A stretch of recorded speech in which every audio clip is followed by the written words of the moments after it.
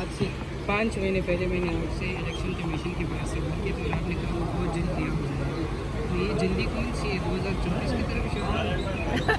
देखिए जी, हम भी आप लोगों की तरह ही एक उसमें जी रहे हैं कि अब अगर आप इंसाफ की बात करें तो डेफिनेटली खान साहब के ऊपर अभी तक जितने भी केसेस हैं सब में वो रिहाई हो रहे हैं और हर चीज़ से वो बरी हो रहे हैं। लेकिन अब जो हालात बने हुए हैं, जैसे आज हमारा भी केस जो है 1 जुलाई को स्टार्ट हुआ और कहा गया कि समाअत रोज़ाना की बेसिस पे होगी, बट देन अगेन एक ऑलमोस्ट पूरे महीने बाद अब उन्होंने दोबारा से स्टार्ट किया है।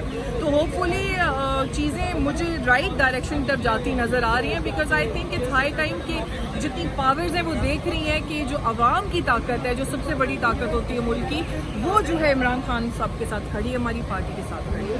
तो आपको लग रहा है कि मैम 9 मई के बाद भी आवाम उसी तरह निकल आएगी जिस तरह पहले निकल? देखिए, अपने हकूक़ के लिए निकलना तो चाहिए, मैं इतना ही बोल सकती हूँ। जब तक अपने हकूक़ के लिए आवाम खुद आवाज़ नहीं उठाएगी तो आई डोंट थिंक सो कि कोई उनकी आवाज़ सुनेगा। मैडम, KPK के लोग तो हमेशा निकलते हैं, लेकिन पंजाब सिंध वाली साइड पे हम देखते हैं वहाँ पर लोग नहीं निकलते। तो पंजाब की लीडरशिप को क्या कहेंगे आप?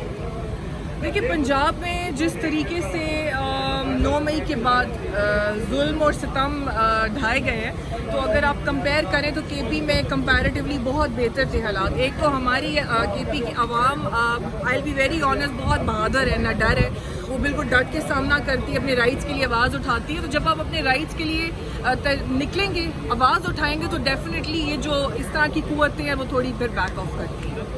जो है आपके मतलब इस बात पे शिकवा कर रहे हैं, मीडिया में भी आपको शिकवा कर रहे हैं कि क़यादत जो है वो खत्मी एहतजाज की कान नहीं दे रही, कब दी जाएगी खत्मी एहतजाज की? देखिए, हम लोग कानून की जो है सबसे ज़्यादा रिस्पेक्ट करते हैं और फिलहाल हम लोग वेट कर रहे हैं कि जिस तरीके से, क्योंकि खान साहब ने हमें ये चीज़ सिखाई है कि जब कानून है उससे ऊपर कोई चीज़ नहीं, क्योंकि जंगल तो है नहीं है। तो जब यहाँ से हम नाउम्मीद हो जाएंगे फिर डेफिनेटली हम आवाम के पास जाएंगे। अच्छा मैम, ये बताइएगा कि शहरियार अफरीदी साहब ने फ्लोर के ऊपर कहा कि ये मेरी आखिरी तकरीर हो सकती है और उनको गिला ये है कि PTI वाले बाहर नहीं निकल रहे। तो क्या ये लीडरशिप का इशू है कि वो तो एक साइड पे इधर से निकल के इलेक्शन कमीशन तक एहतजाज के लिए तो आते हैं लेकिन उसी तरह ना निकल पा रहे? और दूसरा ये है कि मैम शेर अफजल मोहम्मद साहब के हवाले से बताइए, उनकी तरफ से क्या बताऊँ मैं? वो जब नहीं थे 9 मई वाले दिन, जब वो बिल्कुल साइड पर हो गए तो किसी लीडर ने कोई कार्रवाई, मतलब लोगों को नहीं निकालने में कामयाब नहीं हो सके।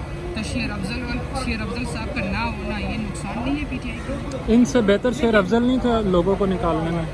नहीं, देखिए, जब आपका एक कारवान चल रहा है और उसमें डेफिनेटली लोग जो है वो शामिल होते रहते हैं, तो आप ना किसी को रोक सकते हैं आने से, ना आप रोक सकते हैं जाने से, पहली बात। दूसरी बात है कि इस टाइम खान साहब जो है वो अंदर है और जिस तरीके से उनसे मिलने नहीं दिया जाता और फिर जो लोग बाहर आते हैं, किसी की क्या बात है, किसी की क्या बात है, तो थोड़ी सी वहाँ पे आई गेस कंफ्यूजन बन जाती है।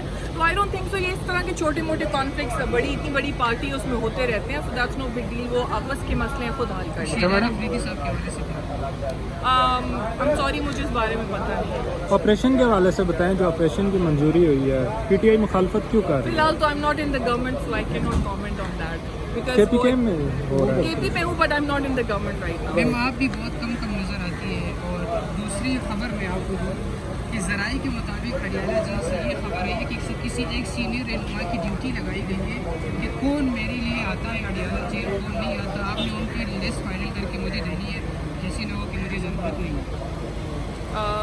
मुझे इस बारे में कुछ पता नहीं है, क्योंकि देखिए ना, वही बात है कि जब खान साहब बाहर नहीं है तो मैं भी हर एक की कई भी बात पे यकीन नहीं कर सकता, कुछ कहा नहीं जा सकता। Thank you.